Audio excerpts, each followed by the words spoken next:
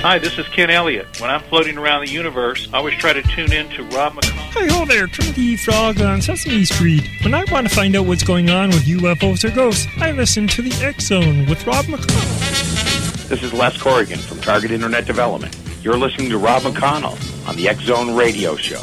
This is John Hogue, prophecy scholar, and you're listening to Rob McConnell in the X-Zone. Welcome to the X-Zone, a place where fact is fiction and fiction is reality. Now, here's your host, Rob McConnell.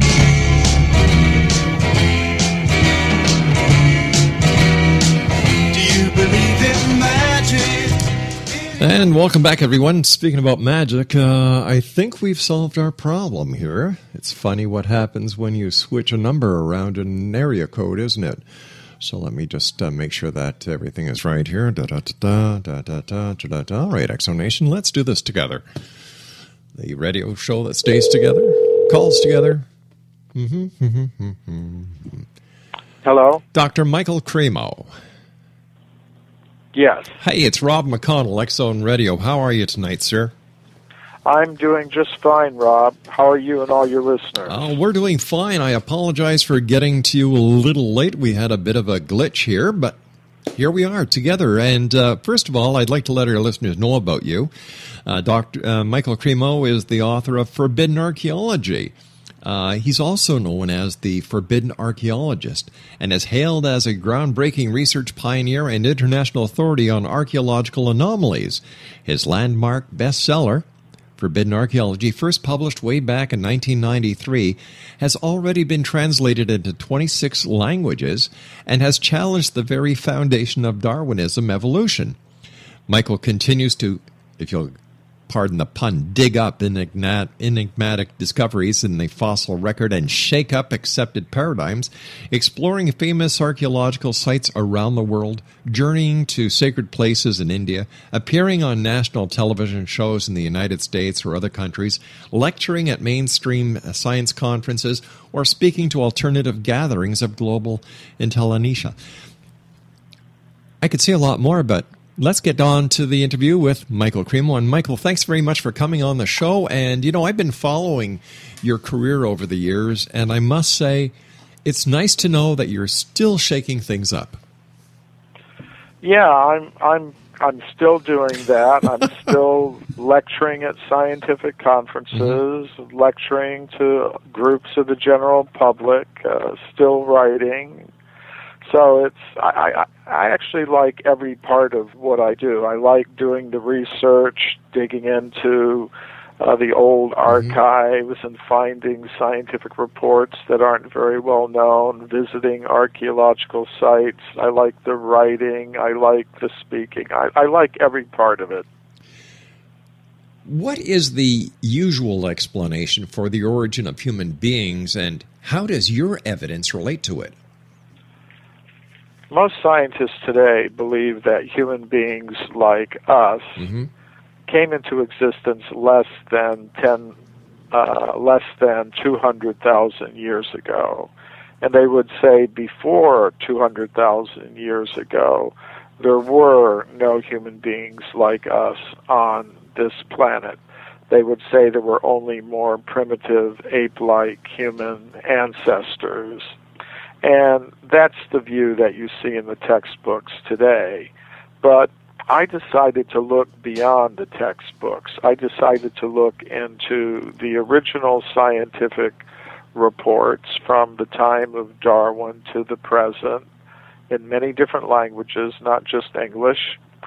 And when I did that, I was amazed to find there were archaeologists, geologists, and other scientists who were reporting discoveries of human bones, human artifacts, and human footprints going back much further in time than 200,000 years ago, in some cases going back many millions of years.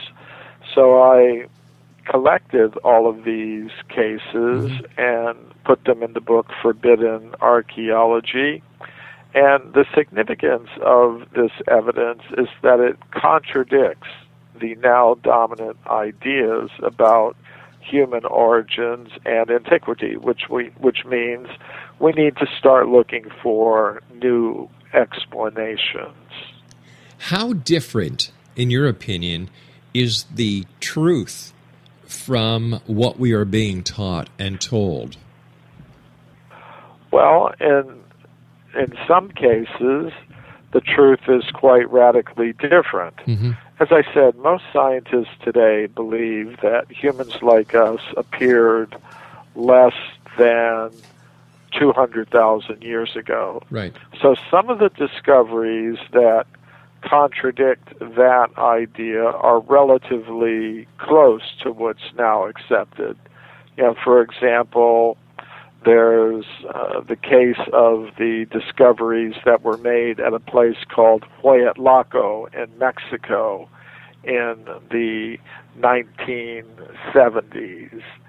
At that location, American and Mexican archaeologists uncovered stone tools of a kind that were normally attributed to human beings like us, not any kind of ape man.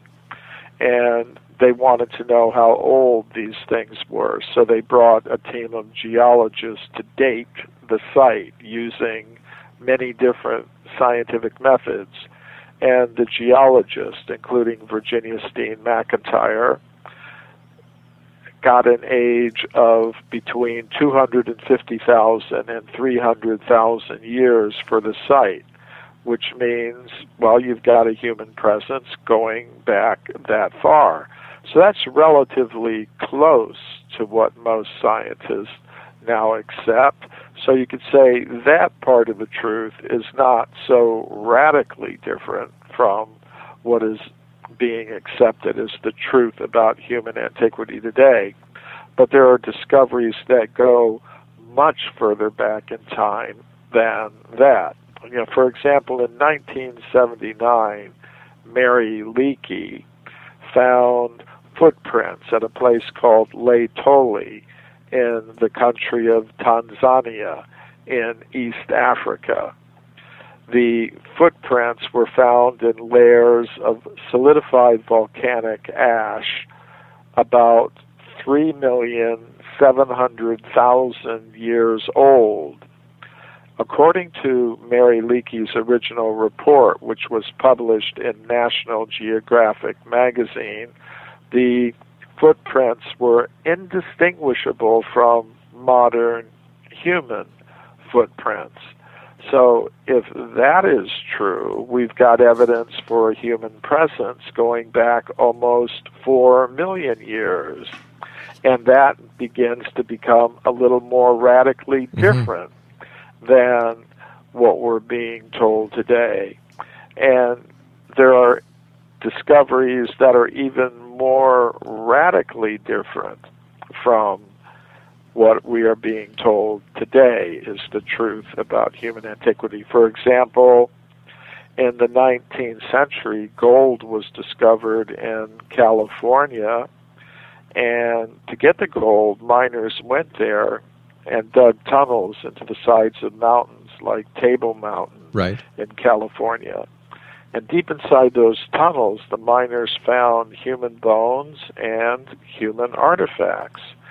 And these were found in layers of rock that modern geologists consider to be about 50 million years old. It belongs to the geological period they call the Eocene. These discoveries were reported to the scientific world by a prominent scientist, Dr. J.D. Whitney, who was the chief government geologist of California, and his report was published by Harvard University in the year 1880, but we don't hear about these discoveries anymore today because they so radically contradict the current concept of human antiquity. And there are discoveries that go back even further in time. In the year 1852, Scientific American reported that a beautiful metallic vase had been taken from solid rock about 15 feet deep in Dorchester, which is part of the Boston metropolitan area in the United States.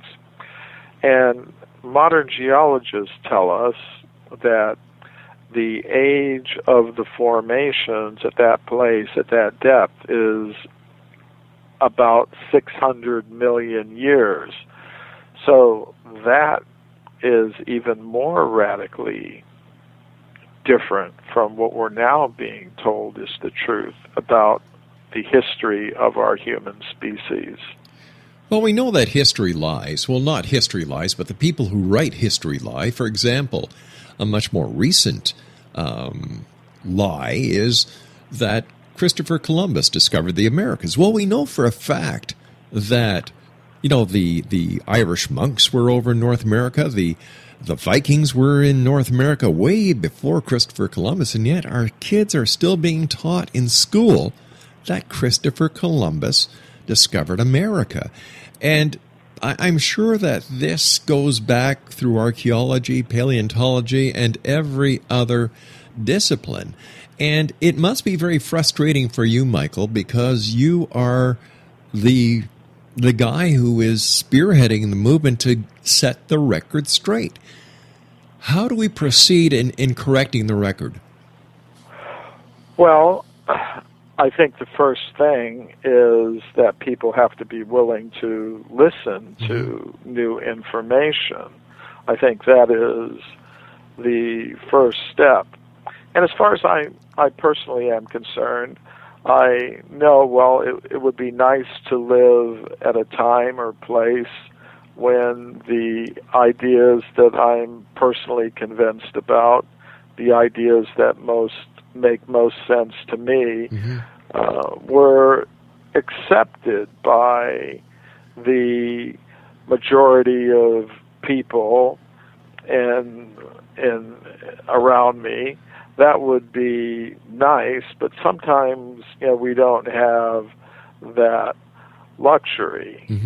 Sometimes we may have to maintain our convictions when all the big authorities and scientific institutions are promoting something else. So that's just part of the territory. However, if we're talking about how to change ideas, I think one thing we have to look at is the education system. If we give the supporters of the now dominant theories a monopoly in the education system, then it's very hard for ideas to change. I think the proper approach in the education system would be to acknowledge that, say on this question of human antiquity, to acknowledge today most scientists believe that humans like us appeared less than 200,000 years ago on this planet by a process of Darwinian evolution from more primitive, ape-like human ancestors. That would be a factual statement. However, it should, in the same textbook, be neutrally and objectively acknowledged that there are some scientists, some researchers who are proposing different ideas, and then just leave it up to the students to make up their minds about these things. Sort of like in our normal life, we wouldn't accept, say, the government telling us we could only listen to one radio station or only buy one kind of car and all other options are forbidden, basically. We wouldn't really accept that. But now in most countries, we're accepting the governments through their education ministries, telling us that we can only consider one idea in the education system. Only one idea can be taught to our children. I think in countries that consider themselves democratic and free, there should be acknowledgement of diversity of opinion, if diversity of opinion actually exists, and I think it does.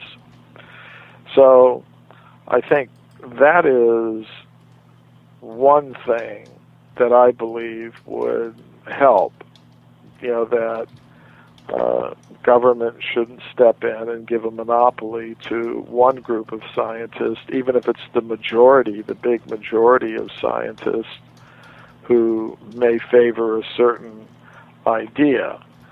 So that would be a big step. Now, until something like that happens, then we're just fortunate that we have some freedom of expression on the internet, on radio, on television to some extent, where alternative ideas can be presented outside the channels in the education system that are controlled to a large extent by supporters of the dominant theories. They've managed to convince governments to give them a monopoly, but they don't have a monopoly in the wider system of communication that people have access to at this time. So I think you're doing a good service to the public in airing alternative ideas for their consideration. I think that's a good thing, and there are others like you who are also doing that. And I just think it's up to people to make up their minds about these things and perhaps eventually influence their elected representatives to do something about getting some balance and diversity in the education system itself. What is your alternative, or what are your alternatives to the Darwin theory of human evolution, Michael? Well, that's a very good question, Rob, and it's a question many people asked me after they read my book, Forbidden Archaeology, where I presented a lot of evidence that contradicts the current Darwinian explanation of human origins. They asked me, well, if you've got this evidence that contradicts that theory, then what are you proposing to put in its place? So to answer that question from my readers, I came out with another book titled Human Devolution, a Vedic Alternative to Darwin's Theory. One thing I'd like to say is that a lot of my ideas on these topics are inspired by my study of the ancient Sanskrit writings of India. I'm a practitioner of a type of yoga called Bhakti Yoga, and part of my practice has involved studying these ancient texts, which have some very interesting ideas about the origin of life and the universe. So basically what I present as an alternative is that we should first understand that we're not just machines made of molecules. Most scientists today are proposing that we are essentially machines made of matter. And as far as mind and consciousness and things like that are concerned, they would say, well, those are byproducts of molecules interacting in the brain.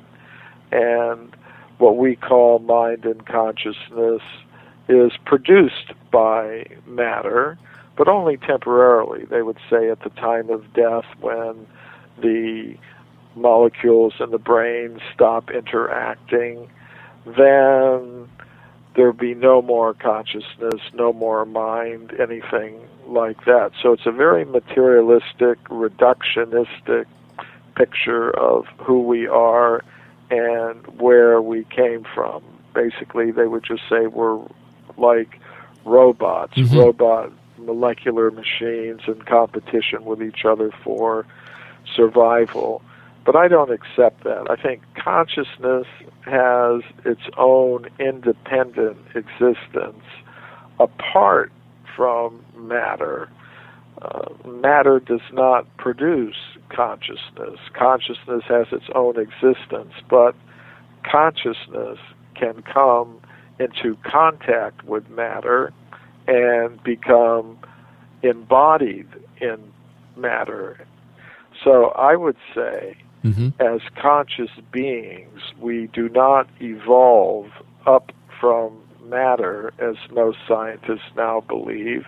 Rather, we devolve or come down from what I would call pure consciousness, and we've become associated with matter.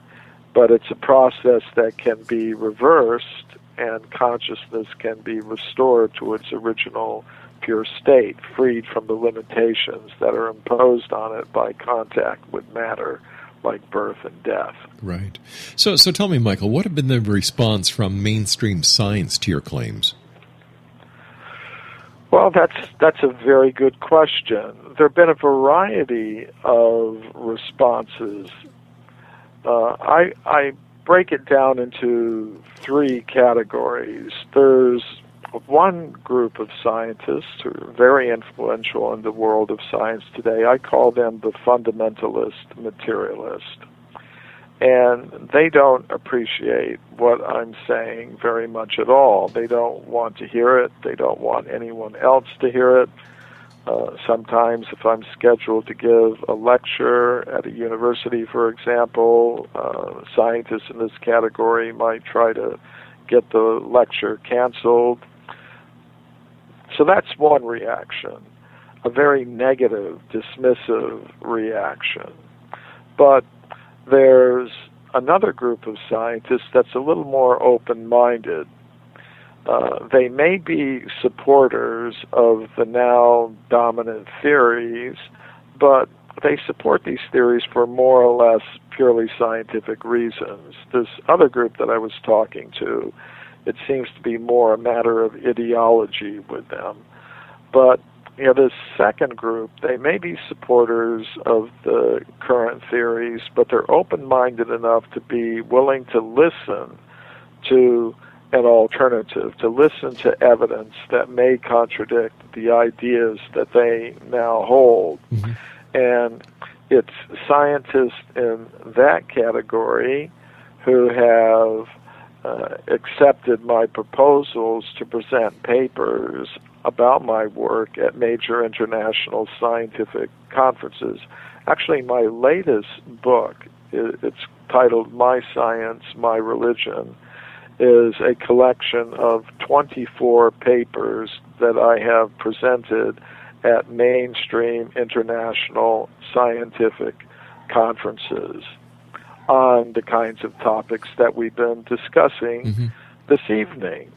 Archaeological evidence for extreme human antiquity, evidence for consciousness existing apart from matter, and related topics. So I think it's a credit to the scientific community that there are scientists within the broader mainstream scientific community who are willing to give a hearing to alternative ideas. Sometimes the papers that I've presented at these conferences have been published in peer-reviewed scientific books and journals. So that's good. Now, these scientists may not agree with me, but they're willing to listen, which I think is important. And among those who are willing to listen, there are a small number who actually agree with me on some of the topics that I'm concerned about, like human antiquity and the existence of consciousness separate from matter. Now, scientists in that category are few in number these days, but we should keep in mind that the supporters of the now dominant theories back in the 19th century, for example, they were in the minority at one time also. So it's something that happens. Michael, stand by. You and I have to take a short commercial break. We'll be right back. Exonation, Michael CREMO is my special guest this hour. www.mcremo.com. That's www.mcremo.com. This is the X Zone. My name is Rob McConnell. We're coming to you from our broadcast center in Hamilton, Ontario, Canada, on the X Zone Broadcast Network and the Starcom Radio Network. By the way, if you want to hear what radio during the day is really supposed to sound like, check out my friend Ed Till, Monday through Friday, 9 a.m. until 5 p.m. Where? Right here on the Starcom Radio Network. Don't go away.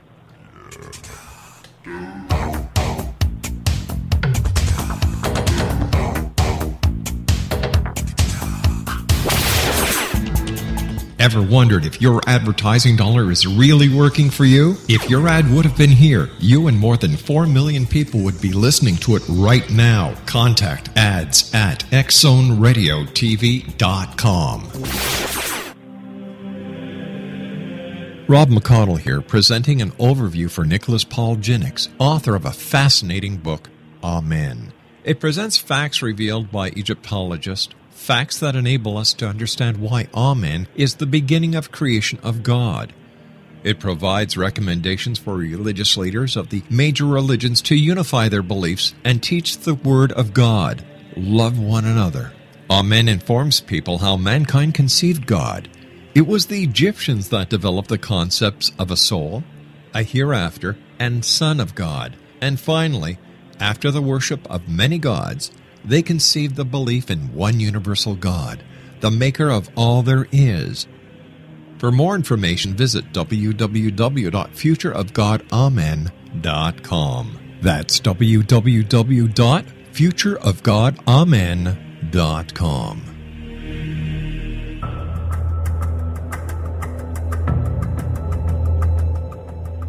Modern Esoteric, Beyond Our Senses by Brad Olson, consummates the lifeology story about where humanity originates. It is the lost continents, the primitive wisdom, the mythos of creation, and the rethinking of ancient history as we are taught in academia. There is much more to the story than what we have been told. As this is the first book in the Esoteric series, Modern Esoteric starts at the beginning of time and accelerates up to this modern age. Future Esoteric is book 2 in the series and takes a forward-looking position ahead of today with an open and honest examination of the ET issue and various unexplained phenomena. To discover the writings of author Brad Olson, visit www.bradolson.com. That's www.bradolson.com.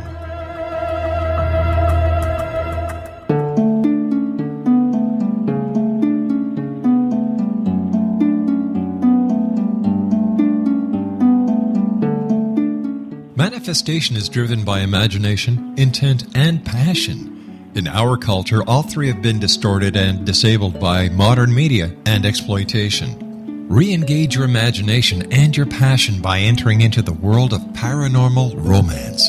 Kahir O'Donnell takes her readers on an exciting journey into the endless possibilities of loving, passionate, and mutually respectful male-female relationship.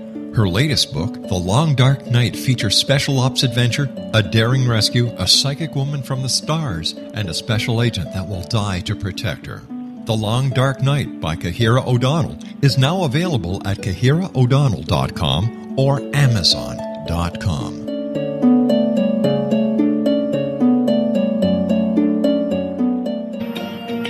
Wouldn't you love to know the secret to everything? Well then, meet Dr. Kimberly McGeorge and her cutting-edge breakthrough knowledge that combines science with possibility. Dr. Kimberly brings real-life answers and healing to those open to alternative solutions. She teaches solution-based programs and classes that will change all areas of your life forever. Specializing in conscious creation, intuitive readings, and energy medicine, you can rapidly shift health, relationships, business, and money in abundance challenges quickly. Receive her best-selling book, Secret to Everything, at no cost by going to secrettoeverything.com/X-Zone. That's right, transformation can start now. Just go to secrettoeverything.com/X-Zone and receive Dr. Kimberly's book for free.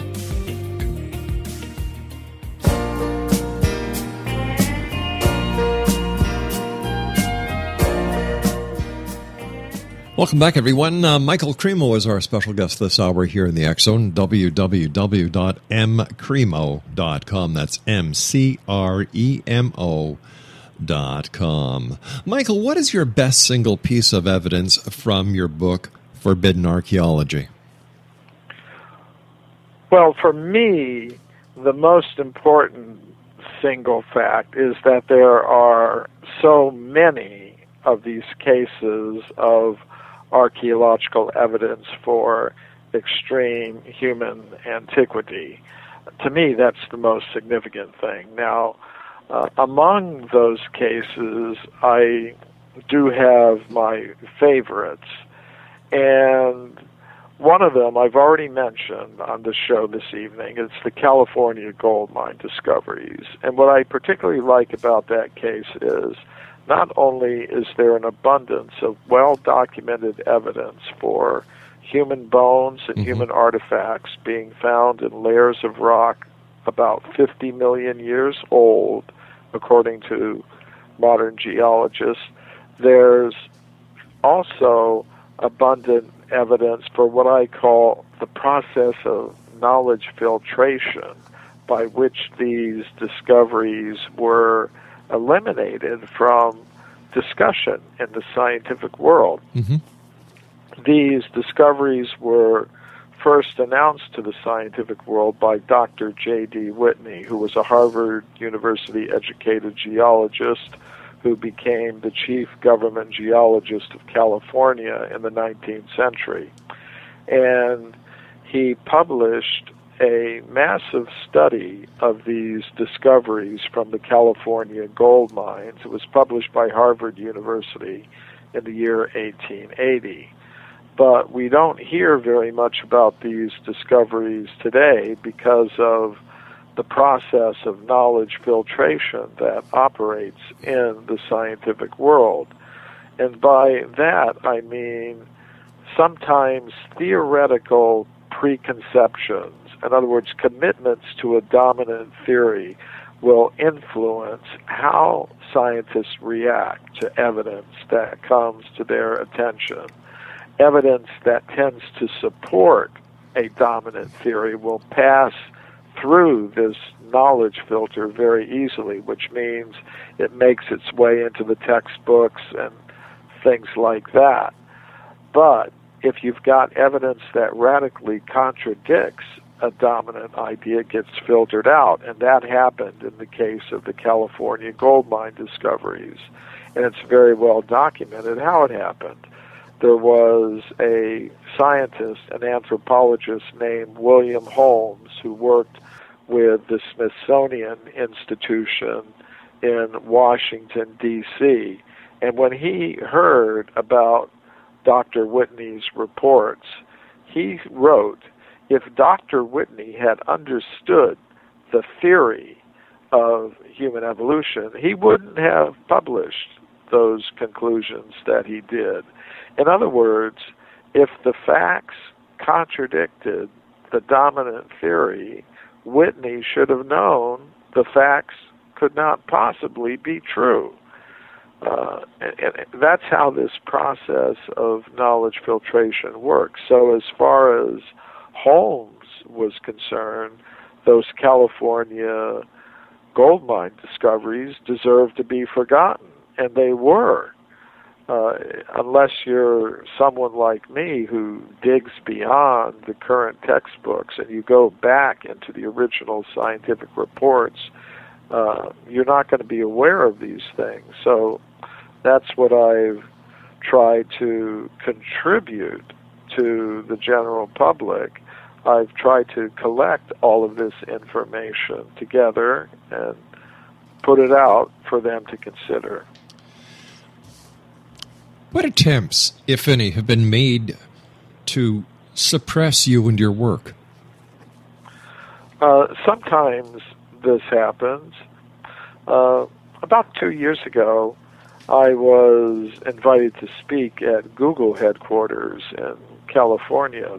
Some of the people who work there wanted me to come and speak, and they have a program whereby Google employees can invite authors of books to come and present talks at Google headquarters. So I was invited, but some of the scientists and other employees at Google who were pretty much committed to the dominant ideas tried to get my talk canceled.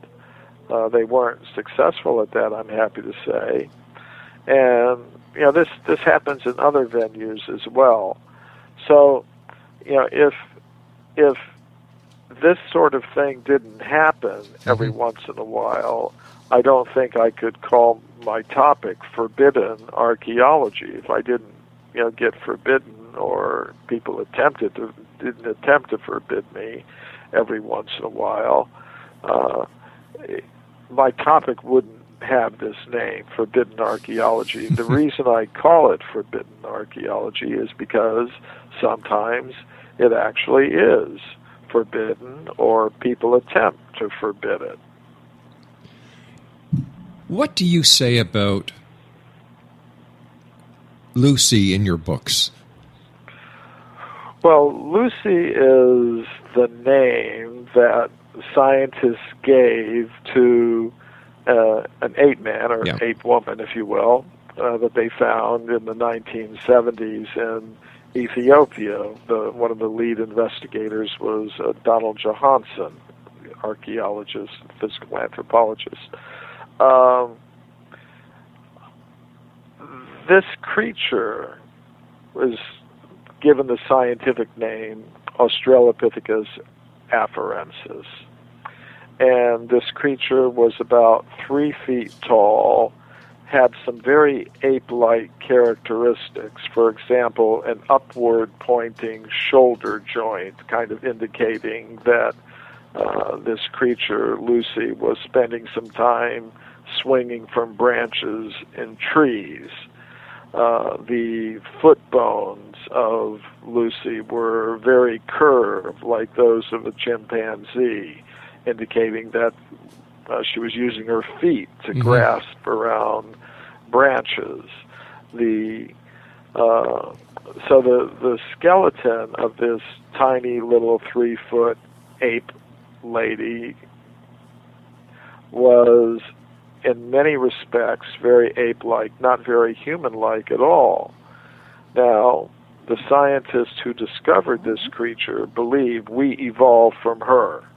In other words, we evolved from some primitive ape-like creature. In Ethiopia. I don't believe that myself. I don't think human beings like us evolved from apes and monkeys. I think there's abundant evidence showing that, yes, ape men existed in the ancient past, but humans like us existed alongside them.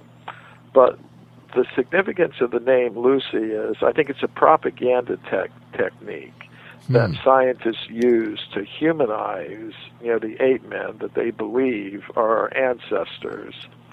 If a person just read in a newspaper or heard, on radio or television or somewhere that scientists discovered Australopithecus afarensis in Ethiopia, it doesn't mean anything to them.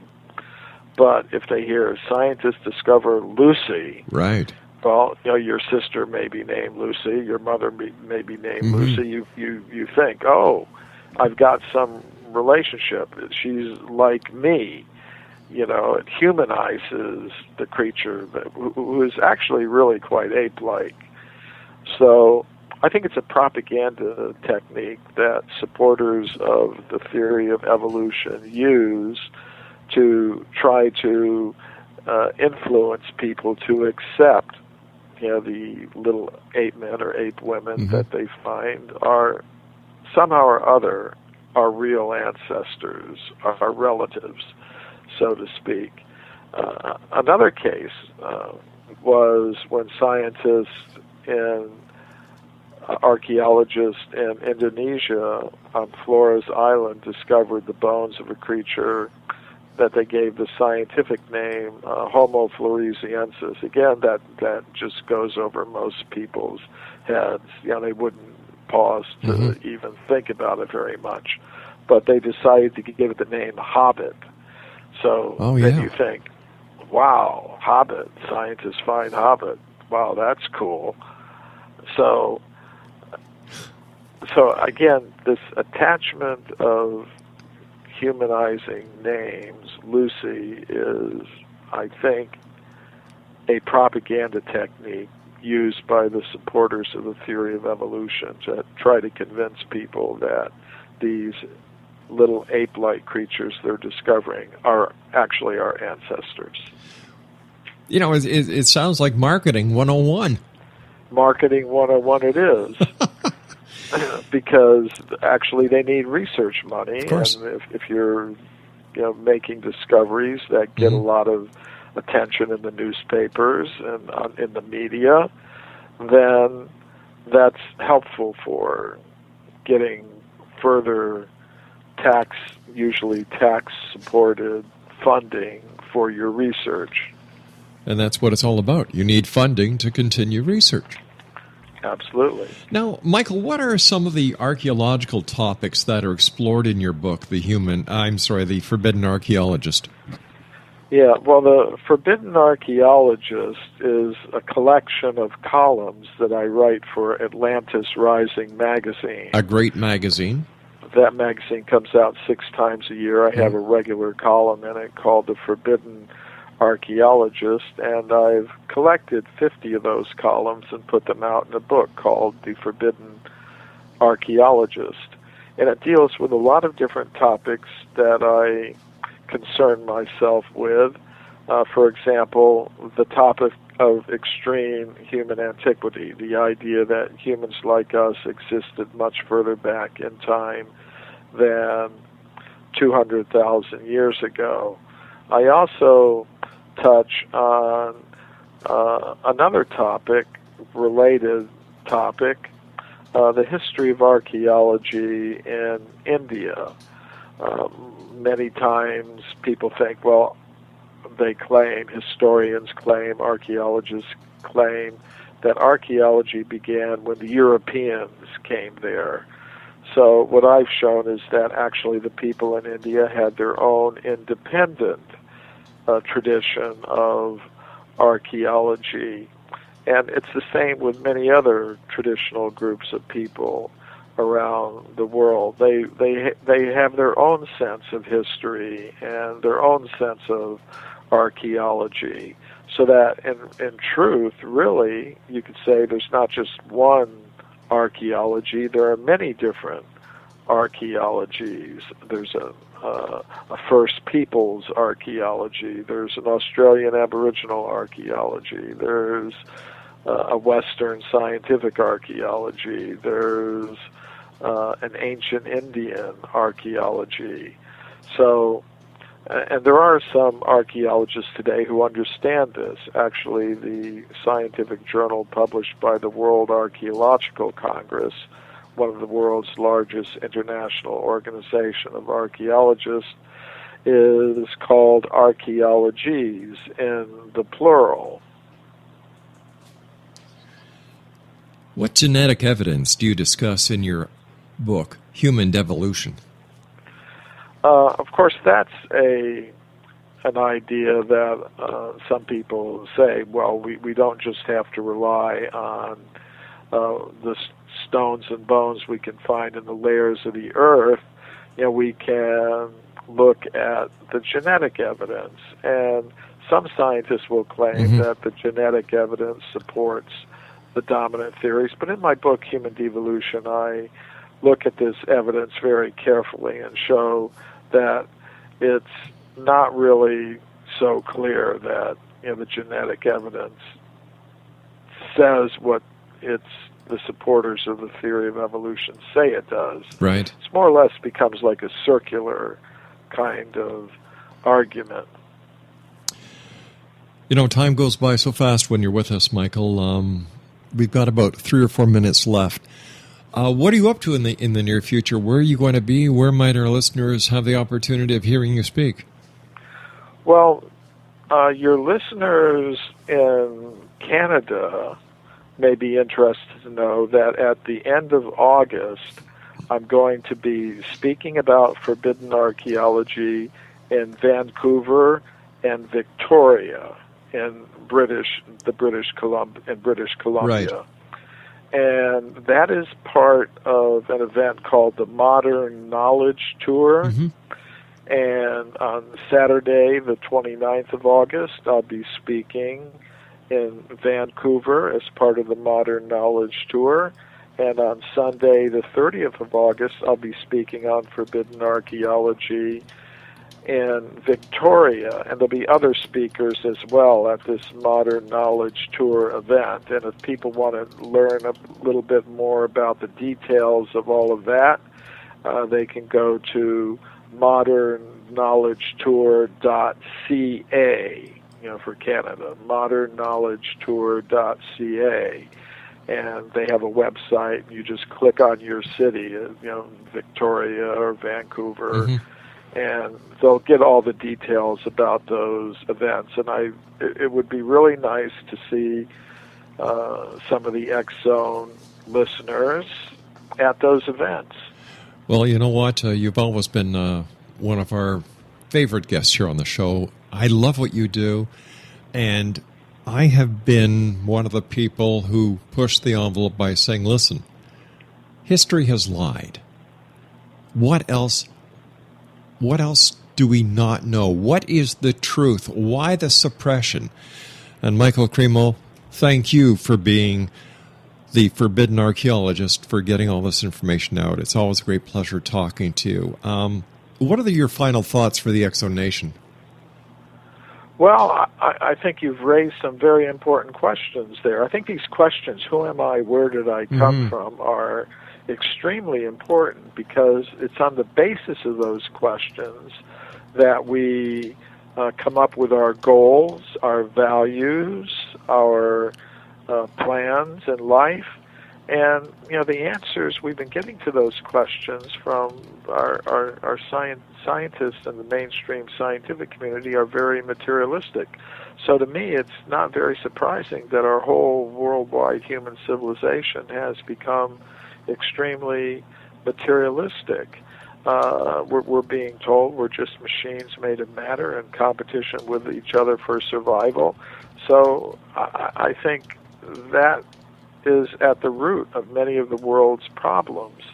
I think if we had a different set of answers to these fundamental questions, who am I, where did I come from, with a more spiritual basis to them, we'd have a much more peaceful, less environmentally destructive world. Michael, once again, thank you very much for joining us tonight. Also, thank Lori very much for her work in making this interview possible, and I wish you continued success and safe travels, my friend. You're quite welcome. Have a nice evening, Michael. Good night. X-Zone Nation. Michael CREMO has been my very special guest this hour. He's the author of Forbidden Archaeology and a number of great books. Check out his website at www.mcremo.com. That's www.mcremo.com. Now, I'll be back on the other side of this news break at the top of the hour. Many of you are probably saying, well, wait a minute, we don't hear any news. The news is put in by different networks. Some networks put in the news. Other networks, well, we just play our spots. That's why I always say at the top of the hour after the news.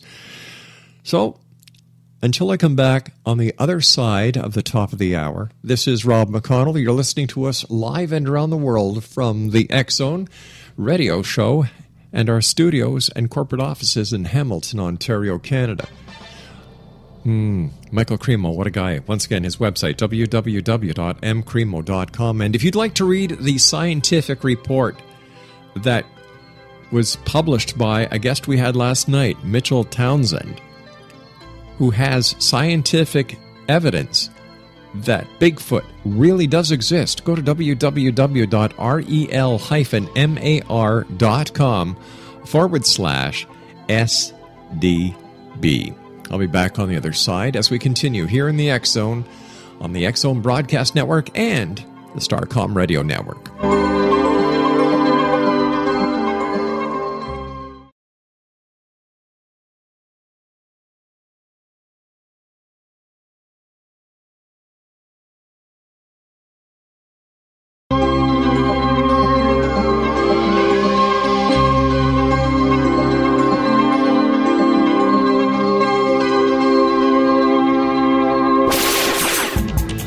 Ever wondered if your advertising dollar is really working for you? If your ad would have been here, you and more than 4 million people would be listening to it right now. Contact ads at xzoneradiotv.com.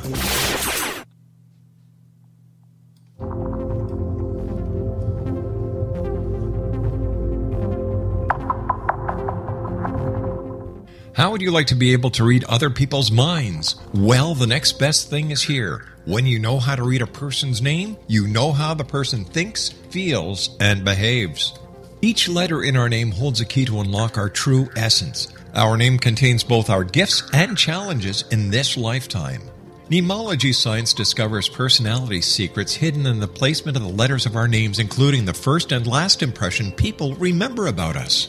Sharon shows us how to interpret the arrangement of letters as outlined in her book, Know the Name, Know the Person. Sharon Lynn Wyeth created mnemology science after 18 years of research and testing her theories, and has supported thousands of people around the world in understanding themselves and others better. You'll enjoy Sharon's unique teachings as she shares her system to learn the gifts behind your given birth name. Even if you don't like your birth name, there are jewels in this book. If you're thinking of changing your name, ready to name your child, or wanting to get along better with others, this is the book for you. If you'd like to improve your relationships and change your life for the better, get the book today, Know the Name, Know the Person, or visit www.knowthename.com. That's www.knowthename.com.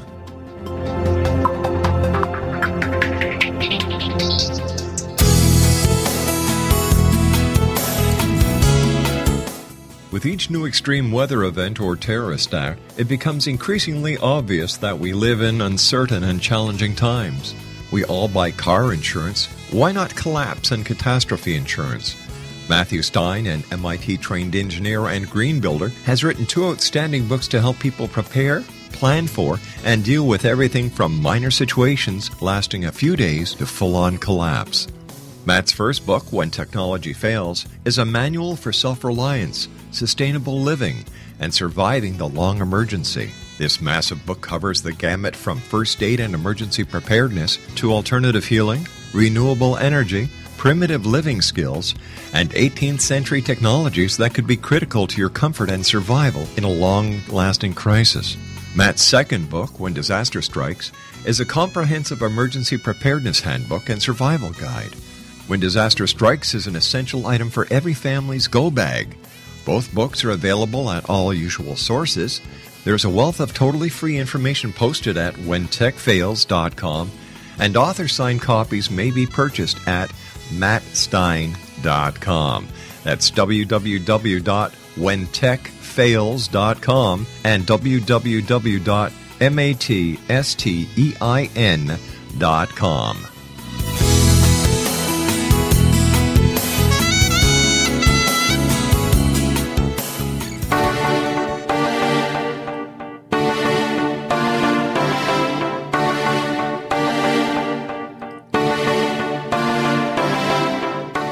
What if someone told you you could live to be 120? Would you believe him?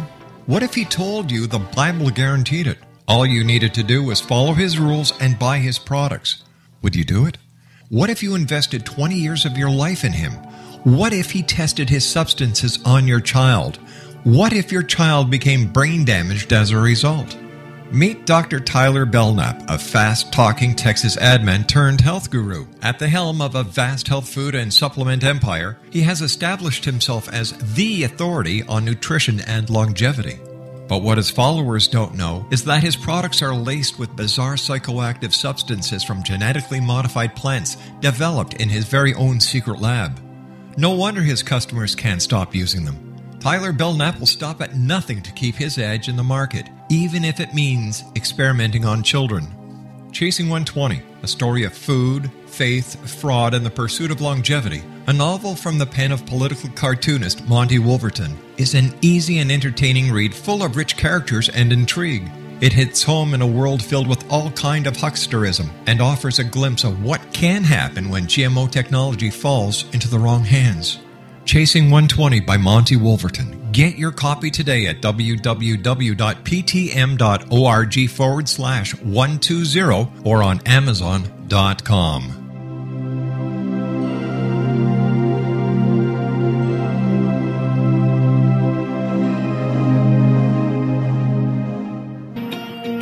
Wouldn't you love to know the secret to everything? Well then, meet Dr. Kimberly McGeorge and her cutting-edge breakthrough knowledge that combines science with possibility. Dr. Kimberly brings real-life answers and healing to those open to alternative solutions. She teaches solution-based programs and classes that will change all areas of your life forever. Specializing in conscious creation, intuitive readings, and energy medicine, you can rapidly shift health, relationships, business, and money and abundance challenges quickly. Receive her best-selling book, Secret to Everything, at no cost by going to secrettoeverything.com/X-Zone. That's right, transformation can start now. Just go to secrettoeverything.com/X-Zone and receive Dr. Kimberly's book for free.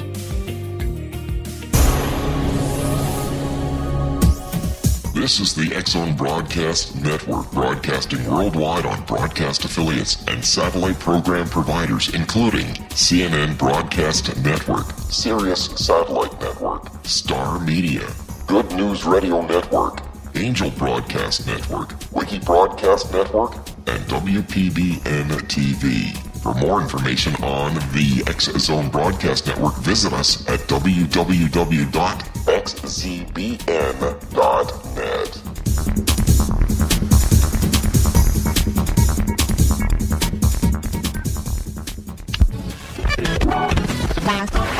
All Hit Radio.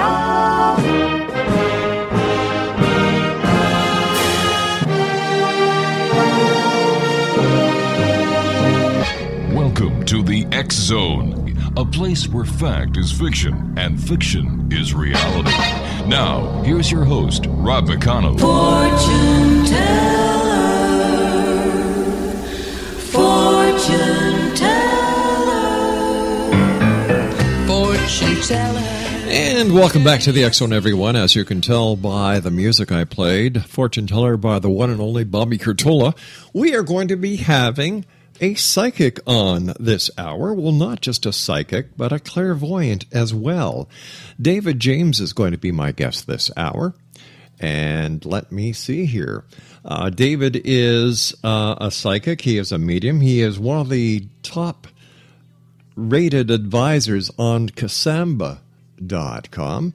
And let me see, since 1986, after a car accident left him with a psychic ability, he has worked in the psychic field as a clairvoyant for many years. He's worked to guide his clients to their higher good over both the internet and personal readings.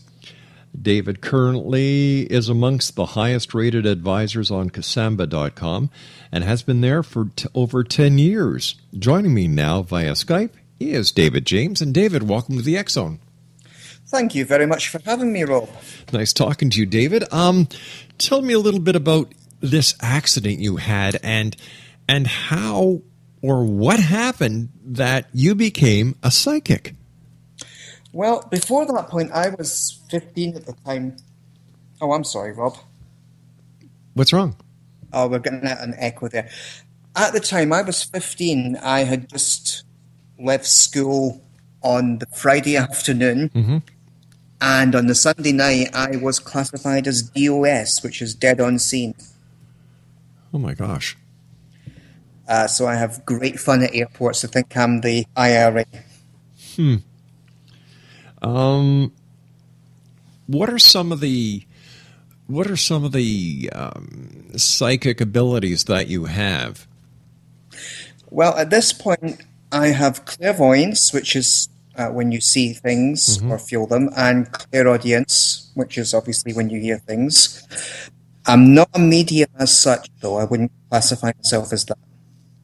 Yeah, we're having a bit of a problem here with our line. Craig, can you and the guys in engineering see if you can do something to help this line problem we're having? Is there a difference between an online reading and a face-to-face reading?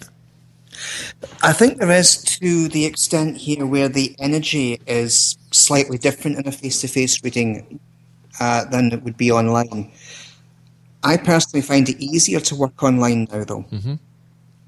After many years of doing face-to-face readings in private functions or pub venues, which I did up and down Scotland for about 10 years. When you're doing a reading in a pub and a person has had a few Guinness under their belts, does that interfere with the reading? It depends how plastered they are, really. We've had a few of them over the years where I had one elderly gentleman come to me one night, and he'd obviously had a few drinks, and he said, "See, if I don't like what I'm hearing, this glass has gone right in your face, pal." Oh, Lord. Within 5 minutes, he was a blubbering, crying mess on the other side of the table because information came through about his granddaughter who had just died a couple of weeks previously. Oh my gosh! Tell me, when you're doing your readings and there's a child involved, it must be hard for you. It actually is, and one reading that sticks in mind here was a lady that came to me many years ago, and one of her children had died in the Dunblane shootings. And what happened? Unfortunately, I was seeing the whole thing of Hamilton coming into the classroom and basically blasting away indiscriminately at the children. It's the only mass shooting we ever had in Scotland. My gosh. Because guns are much, much harder to come by over there. Yeah, they're also very and since then, they changed the legislation, obviously. Yeah. Over here in Canada, guns are very hard to get as well. It's not as easy as it is in the United States, where any Tom, Dick, Harry, or Yahoo can get a gun. Tell me about it. I live in upstate New York. Oh, my gosh. You must find a difference from Scotland to being over on this side of the Atlantic? There is a huge difference. The sensitivities of clients are actually very, very different here. In the UK and in Scotland, people are much more open to actually getting a reading, despite the hope that Catholicism has had over Scotland. Right. Whereas here, people are much more reserved and much more cautious. Really? When you're doing your readings, David, what kind of tools do you use? Do you use astrology? Do you use crystals? Do you use I Ching? What do you use? Well, predominantly I use runes. Which, of course, as you probably know, are a Scandinavian system. Yes. But Scotland and Scandinavia have always had very strong links, both spiritually and, of course, in terms of business. And when I first started to get into this type of work after the incident that I had, I started with runes. Then I moved on to tarot cards, but I predominantly do runes. What was it like when you were a child? You had this accident, and you discovered that you had the ability to tell what you tell, that you were a psychic. How did this change your life? It changed my life in the sense that a lot of people backed away from me pretty rapidly. And the family were less than supportive. And even at this stage, 30-odd years later, they still think it's it's a childish pastime to them. And so they're not particularly supportive of it. And yet, here you are, helping people, because people go to psychics or to astrologers or to mediums because they need help. It's whether it's closure, whether they need information, whether it's to say so long to someone that they didn't have the opportunity of saying so long to. I don't understand how there are people who still scoff and scorn on psychics like yourself, who are very serious and who are very humble and who are doing it for the right reason. I think that there's a lot of puritanical attitudes that are still in place with people, particularly the older generations. And I think that's part of the reason a lot of people are still fast asleep in the spiritual sense of the word. Yeah. So how do you deal with skepticism? There's nobody more skeptical than your average psychic. Really? And it helps to be skeptical. It doesn't help to be too credulous with this type of work. Do you use astrology in your readings? I do use astrology to an extent. I mean, I'm not a professional astrologer, although I can still do a chart by hand, which I'm still impressed about. Has there ever been one reading that sticks out amongst all the other readings that you've done? And if there is, could you share it with us? Well, as I said, there was the one lady who came in to see me a number of years ago whose little girl had died in the Dunblane shootings. Right. And we were able to get some kind of closure for this particular lady. She went away a lot happier, obviously, and while it wasn't a pleasant experience, it was certainly cathartic for her, which was obviously the main reason for coming. We live in very stressful times, very demanding times. And over the years, have you seen a difference in the type of reading that people are asking you to give them? I am seeing a difference, and what I'm also seeing is a lot more men, professional men, lawyers, doctors, are coming for readings that 5-10 years ago they would have probably ran in the opposite direction. They would have balked at it. I don't think they. I think the only reason that they would run was because they weren't secure enough in their own right to actually go through and say, "Listen, I need a reading. Can you help me?" But I think that men are becoming more realistic, and when they can see that something might be of help to them, I absolutely agree. Yeah. Men are becoming a lot more sensitive to these things. Exactly. What else do you do besides readings? Well, I actually throw a mean pot. You what? I'm a ceramicist part-time. Oh, I see. Wow. So I have a little ceramic studio at the back of the house. Uh-huh.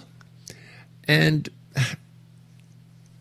do you find that more and more people over the years since you started doing professional readings have changed their attitudes towards psychics? I don't think they're quite as dismissive of psychics as they once were. Mm-hmm. And I still have clients that have come to me since the mid-1980s. How would someone know a good psychic who is doing readings and who wants to help and be part of a solution from the psychic or the person who claims to be a psychic who just wants it for the fast bucks and really doesn't care about the person who's asking for a reading? Yeah, I think the main difference that you're going to spot right away here is that the person who is genuinely interested in helping is not going to try and hold the client back. They're not going to break the client down, and they're certainly not going to scare the living daylights out of them with curses and spells, which is what I hear almost on a daily basis from clients who have been terrified into spending thousands of dollars for candles or prayers being done, and they've ended up being bankrupted. I think really the primary thing that most of us look for is the quality of the information that the psychic is giving us. Mm-hmm. And the minute this whole buy a candle routine comes in, that's when you get off your chair and you run.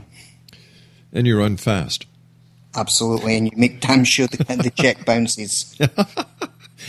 How would you suggest that someone prepare for a psychic reading? Well, the main thing that people need to do is relax. Mm-hmm. Very often we get people who will come in for a reading, whether it's face-to-face or it's online, and you know that they're uptight. How do you protect yourself psychically? Because when you're doing a reading for someone, or if you're dealing or delving into their spiritual psyche, how do you yourself, David James, protect yourself from anything that might happen or they might bring with them? Well, generally I try and work with a kind of circle of light around me, and obviously we've got guides who help us as well, who are like bouncers. I see. So anything that's negative, they're going to kick it in the nuts. So would you say that a psychic reading would not only be good for an adult, but a child? I think in terms of a child, it depends entirely on the age. I've always had a personal cutoff of 16, 17. And how long does a psychic reading with you last? Is it half hour? Is it 40 minutes? Is it an hour? Well, average online is 7 or 8 minutes. That's it? Largely because I'm acutely aware that the clock is ticking, and the clients that come in, they're not, let's be honest, none of us are wealthy. Right. I mean, you don't get into the psychic world if you want to be wealthy. But if you're psychic, shouldn't you be able to pick the winning lottery numbers? Oh, if only. How come psychics can help other people, and yet it seems that when it comes to helping themselves, very few psychics do? I think there's a kind of personal gain thing in terms of readings that is like an unspoken rule, both on this side and on the other side. Have you ever communicated with the other side? On occasion. I'm not a medium in terms of being trained as a medium, Rob, but if the other side decides to step in and say something, then they're going to do it. Have you ever been out shopping or at an airport and a psychic impression comes to you about someone that you don't know who they are, but there they are, smack dab in front of you? Have you ever gone up to them and say, listen, you're not going to believe this, but I'm a psychic and I have to tell you this? I'm very careful about doing things like that. Partly because in the States you don't know if they're going to pull a gun and shoot you, but largely because I tend to allow people to come to me rather than actually rush up to someone in the street and say, I've got a message from your Uncle Willie. Right. I tend to be very careful about that. Now, tell us about Kasamba. Well, Kasamba was started by a couple of Israeli doctors in the mid-1990s as a medical website for doctors. And then gradually the site opened up other categories, and psychics became obviously the big seller on the site. How many readings would you say you've given over the years? Probably about 250,000, maybe more. Oh, my Lord. I used to work on psychic lines in the UK, the phone lines, and I actually did a radio show here myself at one point in the US. And you end up, I think you lose track after a while of the number of things, but if I'm being conservative, I would say probably about 250,000. My good heavens. Have you ever had anyone who came to you for a psychic reading who was testing you? Oh, frequently. Are you able to tell? It's usually pretty obvious when someone is playing the testing game, and I think they have the right to at least be skeptical without being, nasty or rude about it. Now, you and I have never spoken before tonight, right? No, we haven't. We haven't. As a psychic, what can you tell me about my future? Well, I was getting the impression here that there's a major shift coming up over the course of the next 6 to 8 months for you, both in terms of your emotional life and to a limited extent your health, Rob. I'm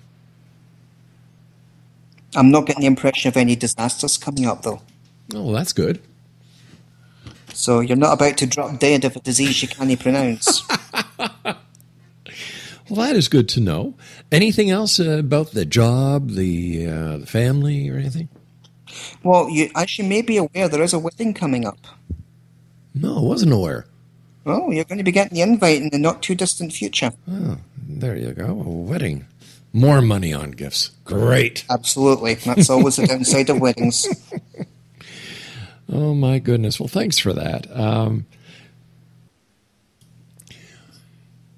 When you're reading, do you see the reading that you're getting? Well, you see images, and what people tend to forget here is the other side is visual. They'll transmit information in a visual way. They won't say, "Oh, so and so lives in X address, and this is what their job is." It's not quite how it works. To give you an analogy, I had a lady that came to me quite a number of years ago for a reading, and all that kept coming up was NCC 1701. Star Trek. I didn't know what Well, I found that out later. I didn't really watch it when I was a kid. Yeah. And the lady said to me, she said, "Oh, I know exactly what that means, son. My husband's a Trekkie and he's built a Star Trek Enterprise in my living room and I want bastard out." So what they'll do is they will give you information, either symbolic or visual representation. What are some of the strangest readings that you've ever given? I mean, the one that you just gave was pretty funny. But, you must see a lot of strange things in your psychic eye. You see a lot of weird stuff. I mean, there's things that people will tell us, obviously, that they won't tell their priest. I think there's been really... There isn't any specific one to pull out and say, well, that was stranger than the rest. I think one of the more kind of unpleasant ones I had was someone gave me part of a brick a number of years ago. A house brick. Yeah? And I was as sick as a dog for weeks afterwards. I found out that the brick had actually come from Dachau. Oh, my Lord. And this was someone's idea of a joke, another psychic. People can be very cruel, my friend. They certainly can. Yeah. They certainly can. But it illustrates the point here that nothing ever truly ends. We don't die. When we go, we don't just poof out of existence. Well, what does happen to us when we die? Well, it's a bit like going actually into a different room. That's it? Pretty much. The house that we live in here, speaking of kind of going into another room, the house itself is pre-Civil War, and we actually have at least 3 ghosts here that we know about. What's it like living in a house with a ghost? Or 3 ghosts? It's annoying because they swipe things. Like what? Well, I mean, you put things down and they disappear and they turn up somewhere else 6 months down the line. So what do you do for 6 months? You do without whatever it was they took. So where does it go? Do they take it to the other side with them, or? That's one of the unanswered questions, Rob. I think they do. They take the stuff to the other side and do whatever, play with it and bring it back when they're finished. We know that one of the ghosts is a child. Do you see the ghost? I've only seen her briefly, but I had a gentleman who came in a number of years ago who was doing headshots, who saw her very clearly from the top of the stairs. My goodness. Do these ghosts try to communicate with you? On occasion, but I think for the most part they're focused on whatever they're kind of doing themselves. Do these ghosts know they're dead? The little girl knows she's dead. Really? How come they haven't gone to the other side? That's something that I don't have a direct answer for. I think where the little girl is concerned, she seems to like hanging around. Yeah. How about the other 2? Are they adults? Are they soldiers? The other 2 are adults. One's male, one's female, but I don't think they're conscious. Are they related to the little girl? I think they're completely different periods. Wow. How does it feel? How do you feel when these ghosts are around? Can you feel the presence? Well, you feel like a mild electricity in the air. But it's not anything disturbing or unpleasant. I mean, it's not like the Amityville Horror in your living room. Yeah. So you're quite all right with them being there? I actually have really no problem with it. Yeah. The fact that you're a psychic and that you're very sensitive, do you think that they are in tune with this, and this is one of the reasons why they make themselves known to you, because they know that you know? I think they're actually drawn to it. Mm-hmm. One lady I worked with many years ago, who was a very well-known medium in the UK, likened it to us being like walking flashlights, and the dead could obviously see that light. Wow. Yeah, I've often asked mediums that we have on the show and channels, how do you connect with a spirit on the other side when you take the amount of time this planet has been in existence and other realms and other dimensions through the ages, the number of people who pass on each and every day? How are you able to pinpoint the location of that person, that spirit? I think part of that is the misconception that the public have that we can dial up specific people on demand. Yeah. What usually happens is if the dead want to actually say something, then they're going to say it. Whether you're a medium or not, they will make themselves known to you. All right, David, you and I have to take a commercial break. Please stand by. Hey, it's great having you with us. By the way, give our listeners the website for Kasamba. Sure, it's www.kasamba.com. And how would they get a hold of you there? Well, I'm on the front page. Oh, there you go. So they just have to scroll down to, just the front page of the site, and you'll find me there most of the time. Most of the time. Unless you're too busy, right? Well, I'm actually on almost all the time on the site. Really? All right, David, please stand by. X-Zone Nation, David James is our special guest. And once again, the website for Kasamba is www.kasamba.com. This is the X-Zone, a place where people dare to believe and dare to be heard Monday through Friday from 8 p.m. Eastern on until midnight. I've been doing this show now on this time slot for 2.5 months, and still I screw up. That's because I was doing the other time slot for 20 years. There you go. We'll be back on the other side of this break as we continue live from our broadcast center in Hamilton, Ontario, Canada, on the X-Zone Broadcast Network and Starcom Radio Network. Don't go away.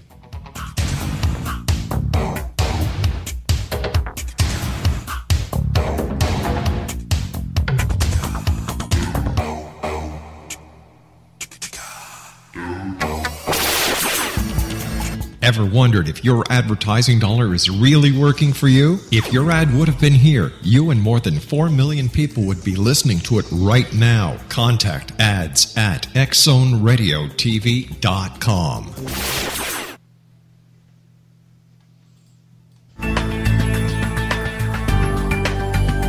Do you think you have energy problems in your home? Do you feel better when you're away than when you're home? Joey Korn is a global leader in the world of dowsing who specializes in personal energy clearing and space clearing. He can help you create an ideal energy environment in your home no matter where you live in the world. Learn about his remote spiritual house cleaning services and much more at www.dowsers.com. You can get Joey's book, Dowsing, A Path to Enlightenment, as well as other dowsing books and tools, Kabbalah books, and Walter Russell books. Joey's work is really amazing. Go to dowsers.com right now. That's DOWSERS.com or call 1-877-DOWSING. That's 1-877-369-7464.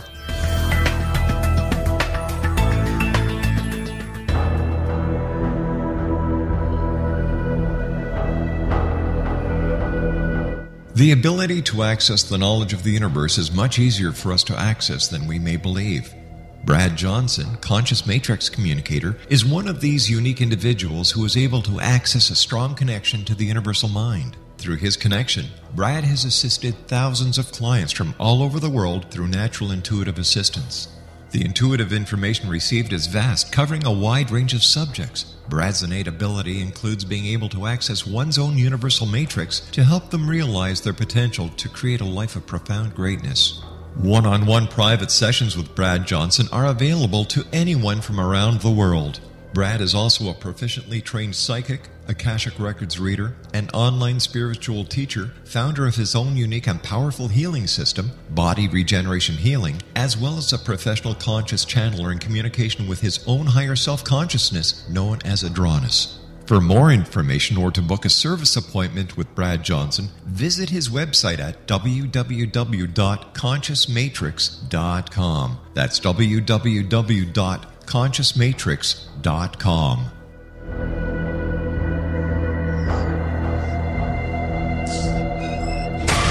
One Florida drug dealer made a serious mistake when he dared peddle his poisons on the schoolyard of Robert W. Morgan's preteen daughter. Morgan, a budding film director, tracked him to his hidden Everglades lair where his meth lab mysteriously blew sky high. When Morgan's demands to police to make grammar school playgrounds safer from drugs were ignored, he sought the counsel of CIA operative Frank Sturgis. Again, he was warned to give up what was becoming an obsession. Instead, Robert used his reputation as a filmmaker to infiltrate the mafia by stroking their egos and offering to make films for them offshore so they could import them as foreign product without paying taxes. When they agreed to build him a studio in Panama, Robert called the DEA and FBI and offered to work undercover. In time, their combined efforts revealed how the mob was secretly laundering billions of dollars through the Vatican Bank in Rome before returning to the States as foreign investments. Now read Morgan's story, Citizen Spy, Vatican Cover-Up, The Mob, Money Laundering, and Murder, available at Amazon.com, BN.com, and Borders.com. Wouldn't you love to know the secret to everything? Well then, meet Dr. Kimberly McGeorge and her cutting-edge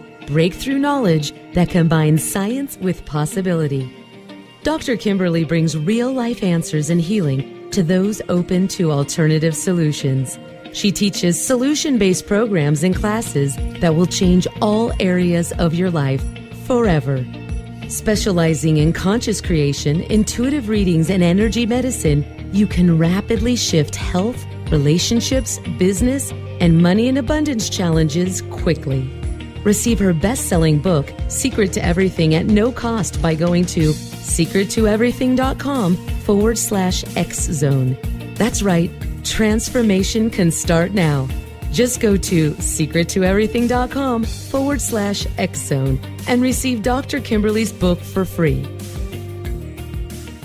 Hi, this is Ken Elliott. When I'm floating around the universe, I always try to tune in to Rob McConnell. Hi ho there, Trinity Frog on Sesame Street. When I want to find out what's going on with UFOs or ghosts, I listen to the X-Zone with Rob McConnell. This is Les Corrigan from Target Internet Development. You're listening to Rob McConnell on the X-Zone Radio Show.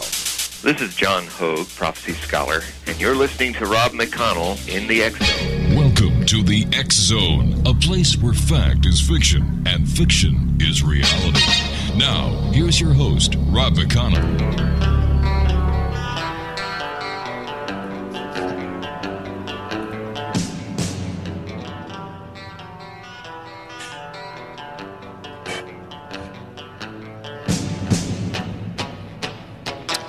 Welcome back, everyone. This is the X-Zone. I am Rob McConnell. David James is our special guest this hour. www.kasamba.com. Listen, here's a question that I'm sure there are a few people out there that would like to know. If you're sitting down doing a reading with a person who suffers from multiple personalities, does that screw you up? That can certainly be a problem. Because obviously you're not going to be entirely sure who the dominant personality is. Right. So what would you do in a case like that? Normally you would try and get as close a lock on the dominant personality as possible. Mm-hmm. I have to say it's not an issue I've come across very often, maybe once or twice in the last few years. Right. Do you believe in reincarnation? Well, every religion in the world, with the exception of obviously Christianity, after the 4th century AD, believed in reincarnation. And I think it's actually a universal truth. Yeah. Now, if you're doing a reading on someone, how do you kind of keep their past lives out of the current reading? Well, a lot of the time what will really happen is that you'll just get the kind of the surface layers. If you imagine the person as being a bit like an onion. So if that makes sense. It makes perfect sense because, it's just like when somebody goes into hypnosis for past life regression, the further the hypnotist takes them into their consciousness, into the deeper they go. That's right, and that would be a layer off the onion. It certainly would be.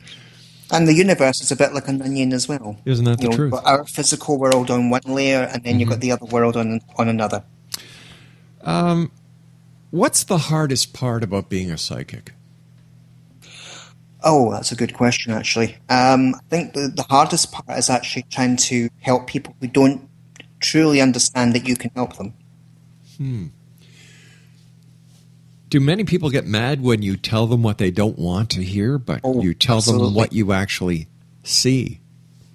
I've been cursed out. I've had drinks thrown over me over the years. Oh, that's right. I've been thrown out of places. Oh my gosh!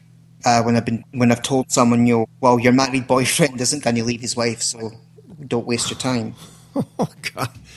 Yeah, that would kind of be rather upsetting to the person, especially if she didn't know that the boyfriend was married. Exactly. So people can get very, very confrontational when they're not told what they want to hear. Right. We used to take call-ins when we've had psychics on, and it was always the same people with the same question: am I going to find Mr. Right? Am I going to get the job? Am I going to do this? Am I going to do that? And finally, it came to a point where I said, "Well, what are you doing to make these things happen?" Exactly.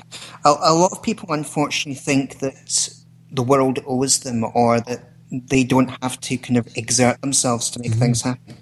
Do you have a limit when you cut off a person from calling you? If you detect they're becoming dependent on you? I do cut people off, and I do it frequently. I don't do it in a nasty way, but saying, I can't help you any further. You need a therapist, or you need to see your doctor, or what have you. And at that point, I will make it very clear that I won't reach for them. You see, I'd make a lousy psychic. I'd say, get a life, you loser. Do it yourself. What are you doing to make it happen? So obviously you can say that to clients, but you have to do it in a kind of a delicate way, if I can put it that way. Well, that was my delicate way. Yeah, you're about as delicate as I am.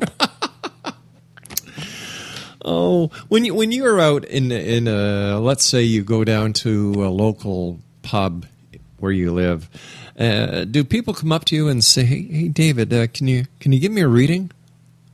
I haven't had that here in the States, but in Glasgow, it was a frequent occurrence. Really? And normally what I would say is, well, if you'd like to make a booking, here's the number, or if you'd like to schedule a house party or a pub venue, please let me know, but I'm having a pint. Well, there you go. By the way, what's your beverage of choice? Well, I usually drink ale. I'm a Guinness boy myself.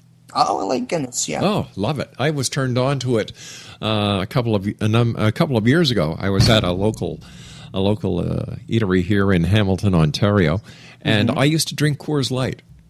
Yeah. Yeah. Well, that's what I do now. But somebody said have a Guinness, and I said, I don't know, try it. So the waitress brought it over. It was in a how they have that nice froth on the top, and it was nice and cool. Oh, absolutely. It was hot outside, and I'll tell you, that Guinness went down so good, and that's what it's been ever since. Well, Guinness is a meal in itself. But what a meal. That's one thing the Scots and the Irish do well, is we brew good stuff, good beer.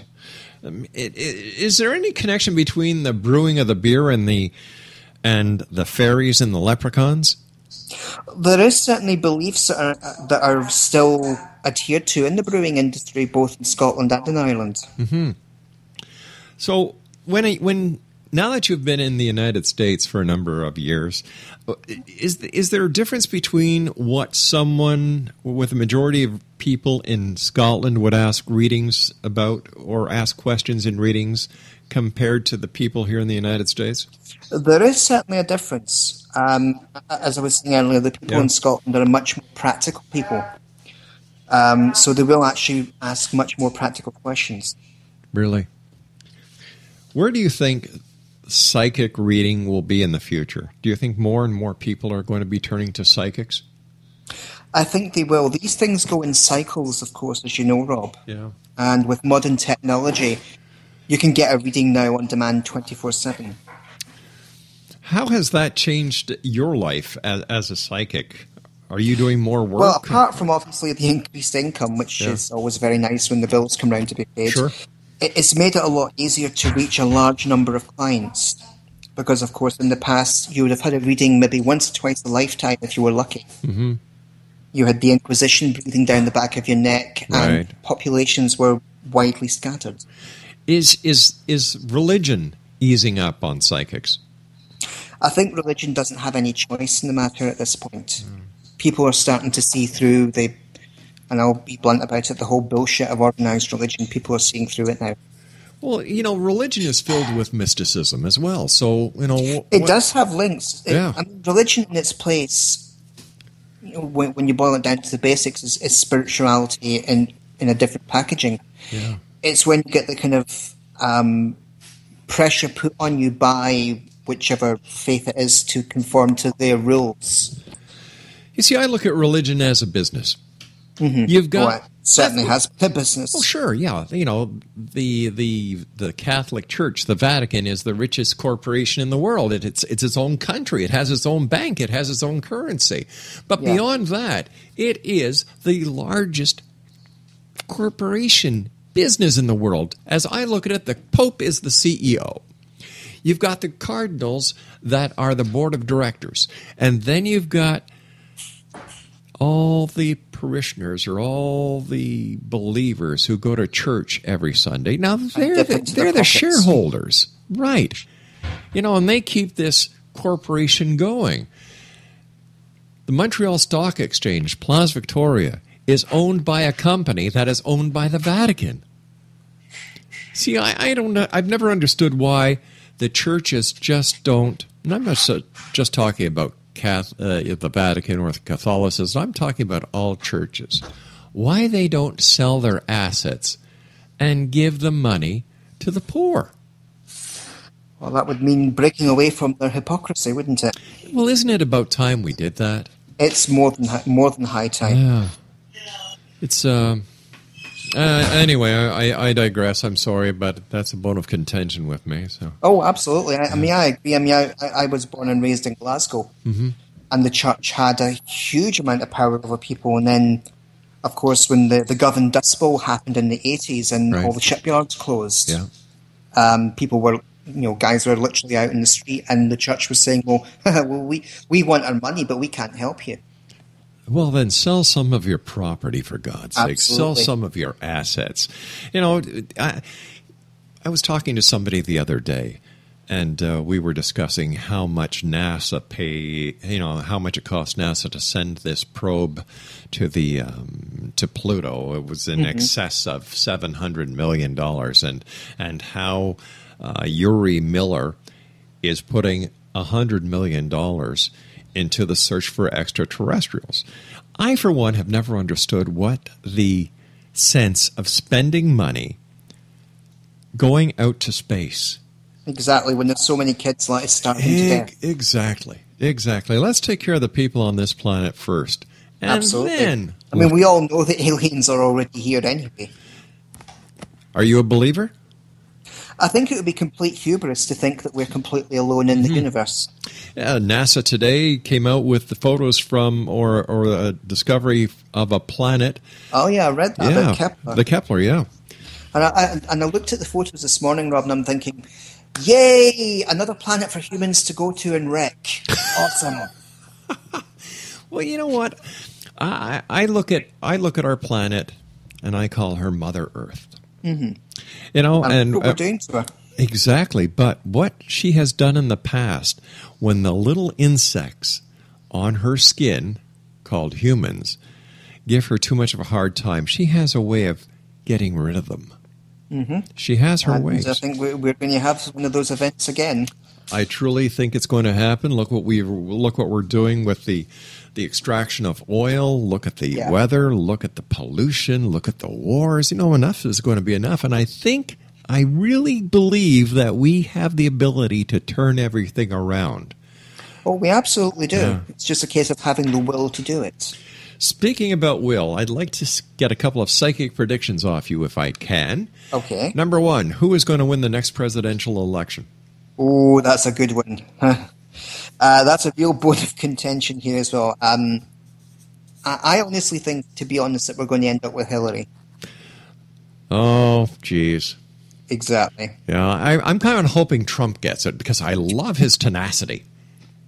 You know, he's fun in the sense of watching a train wreck, but I don't think he'd be able to bring the goods in real terms. Do you think that Obama is going to accomplish what he thinks he is accomplishing with the Iran nuclear deal? You know, I think if he's left to do his job, the guy will get it right. He's proven himself to be a good diplomat. What about Russia? Is Russia going to keep raising the sleeping bear? Well, you know, Putin is going to continue to do what he does because the guy's batshit crazy. Oh my gosh! And what are three of your most important predictions that we can share with the X-Zone Nation tonight? Okay. Well, I think we're going to be able to get to a more positive level in terms of humanity waking up to what's really going on around us. Mm-hmm. I don't feel that Trump's going to win the election. And Putin, I think, is going to be out on his ass shortly. Really? That's interesting. That's there something. Might be a wee pair of concrete wellies waiting for him. Okay. All right. That makes a bit of sense. How about the economy? Well, you know, the economy is going to continue to improve. Excellent. What are your final thoughts for the X-Zone Nation tonight, David? Well, the X-Zone Nation are waking up and they're going to see the world develop and change for the better over the next few years. And we are moving towards a major reawakening of the whole world. The times are changing. They are changing in a big way. All right, let our listeners know how they can find out more about you and once again how they can contact you. Well, you can reach me on Kasamba.com. I'm on the front page. My name, or you can just Google me and say David James Psychic Wisdom, and that will take you straight to my profile pages. And from there, you just give a couple of clicks and away you go. Then you're away. David, thank you so much for joining us tonight. It's been a pleasure talking to you, and I hope that we have the opportunity of sharing a conversation and maybe a couple of Guinness the next time you're with us. Absolutely. Well, I'm just over the border from you in upstate New York. Well, there you go. We're in Hamilton, so we're practically neighbors. We are indeed. Take care of yourself, my new friend. You have an awesome day, Rob. I certainly will. Thanks very much for joining us, David. Bye-bye now. Bye-bye. X-Zone Nation, my guest this hour has been David James, www.kasamba.com. We're going to take a little bit of a feature break here, and I will be back as we continue here in the X-Zone from our broadcast center in Hamilton, Ontario, Canada. Don't go away.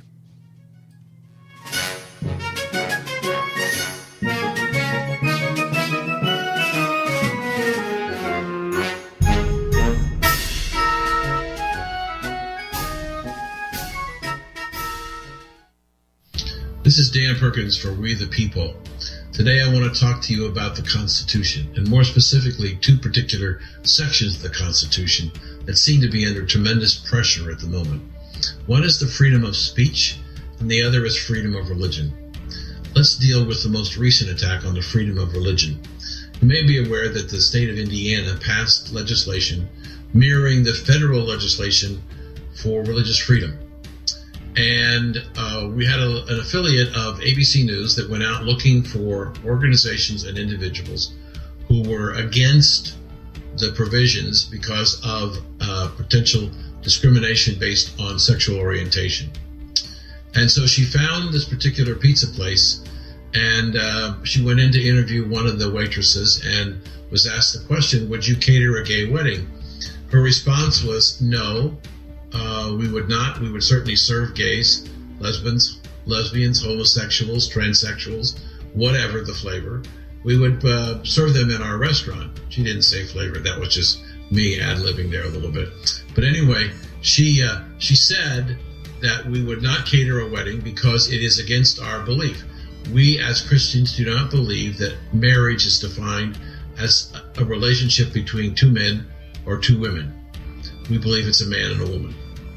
And when she released that story in that interview, the internet went wild, and the social media was populated by the gay and lesbian and transsexual and all of those various groups of people who came after this man. And they threatened his life. They threatened his business. He had to close his business. There was a woman purportedly to be gay who was standing in the middle of the town, felt that they should firebomb the man's restaurant. And so he closed. And so what happened was a very small percentage of the population in America forced a man to give up his business because of his beliefs. The government, I do not believe, has the right to step into your life and tell you what you must believe. See, that's a constitutional right, but it's also a God-given right. If these people don't believe in God, that's fine, but don't tell me what I have to believe. See, there was a recent situation last year when the chief executive officer of Mozilla, the Firefox search engine, was attacked by, again, the liberal left, transsexual, gay, and homosexual communities because he had given, I think, around $9,000 to a California ballot initiative, which was passed, that prohibited gay marriage in the state of California. Now, because he did that, they said to all of their friends in the gay and lesbian community, don't use Mozilla anymore. And so the president of the company had to make a decision, and she decided that the chief financial officer had to go. He had to go because he believed that it was his right under the Constitution of free speech to speak his mind about what his thoughts are about gay marriage. And yet, the homosexual community in the United States has decided that either you believe what I believe or you shut up. You know, the terrorists in Iran say either you believe what I believe or you die. Is it going to be that far-fetched that at some point in the future a person in the United States is going to be brutally murdered because of what they believe, their belief in God, because it doesn't fit the narrative of the gay and homosexual community? What is the value of human life if in the United States, which is supposed to be the land of the free and the home of the brave, if individuals are having their rights taken away, not by the government, but by pressure in social media by other organizations? It's important. We have a constitution. The founding fathers knew what they were doing.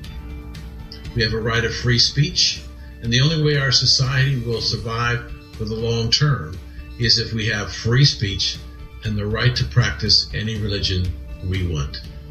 This is Dan Perkins for We the People.